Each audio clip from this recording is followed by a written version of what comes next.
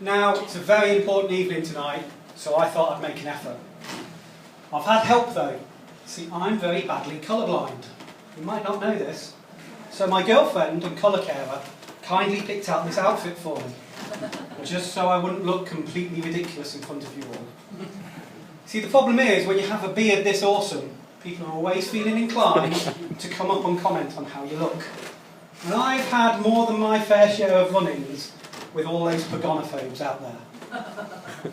But I feel very lucky.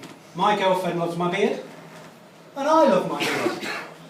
But this is no mere fashion accessory. This beard is a safety device. See, without this beard, I look about 12. And to be honest, I just got fed up of strange men approaching me in cars. Sweetie, so I wanted to go back to their place to see some puppies.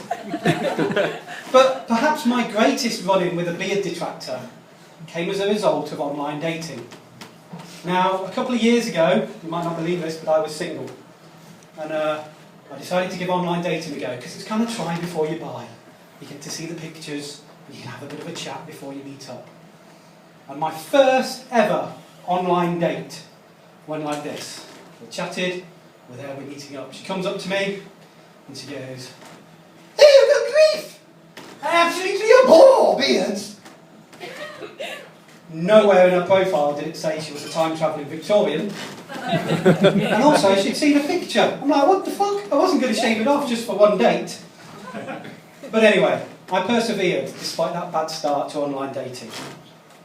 And I had a set of rules that I followed.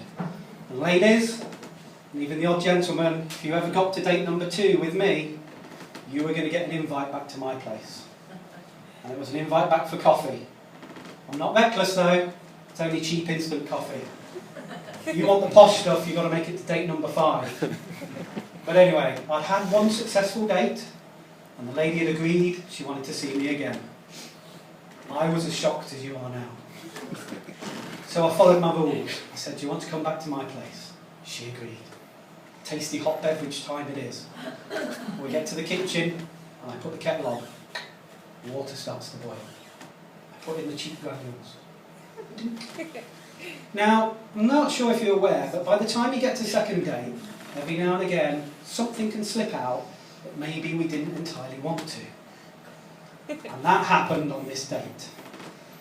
So I'm starting to pour the water, boiling water, mind. And she turns to me and says, "I think there's something you really need to know."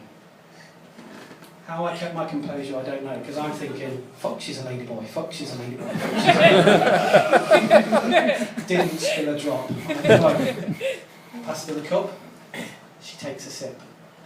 So I go, "Oh yeah, what's that then?" She says, "Well, I think it's really important that I make you aware I spent time in jail." Fuck yes, she's not a ladyboy. But I'm starting to process this. I really didn't expect that. And I have to ask. You know, I've got to find out. Because it's confusing me. We'd had a date together already. And it's not like she was being chased by the police, so she's not on the run. And last night I'd watched Crime Watch. And it's not like her profile picture from online dating had appeared on the Most Wanted. So I'm feeling pretty safe. You know, so I have to ask, you know, what were you in jail for? I'm thinking, you know, it's going to be some minor misdemeanour. Maybe an amusing anecdote about a parking offence gone awry. She looks across at me. She takes a swig. Boiling liquid, mind, she didn't flinch. She just goes, "Murder!" Well, I shat myself.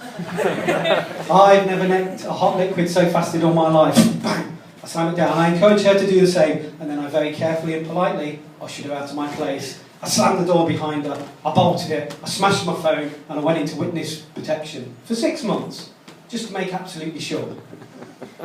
Now, I'm aware online dating sounds quite horrific, but if you're single, I urge you to try it, because it's fantastic.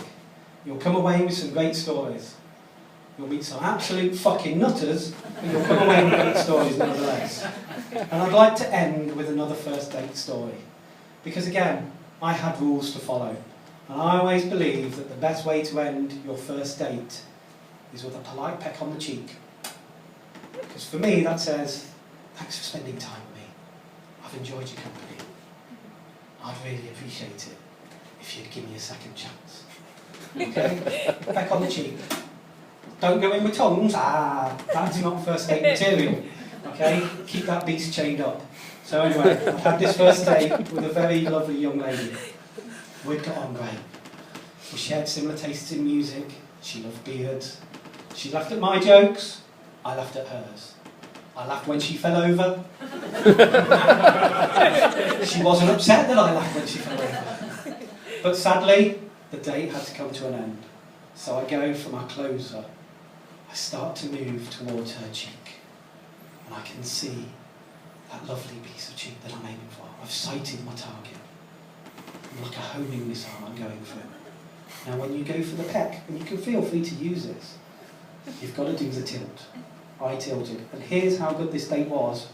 She's tilted as well. Oh my God, she's going for the peck as well. This is how well we've connected. And I'm going now. And I'm getting closer and closer. I can see. This is brilliant. This moment is great. And I'm going, and I can see a slight blush starting to appear on her cheek. And if you're not aware, that's a very good sign that someone's into you. So I'm just like, I'm so excited. Closer and closer. I'm so close now that I can feel my own breath bounding back and wafting through my whiskers. It's like angels caressing your face. And now, it's like time has stood still. Each second is lasting forever. Rather like now. But I dragged it out some more. Just to make sure. I'm closer. And, this is brilliant. I'm about to make contact when I realise, moisten. Never forget to moisten. So I'm there. And I'm about to make that magical contact. Electricity will pass between us. When all of a sudden,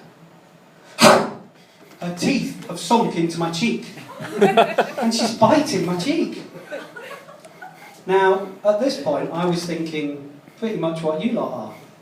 And that's, my God, this is a keeper. This is definitely the woman for me. Because if she isn't, I'm losing half my fucking face when I pull away. Well, thank you very much. You've been a lovely audience. My name is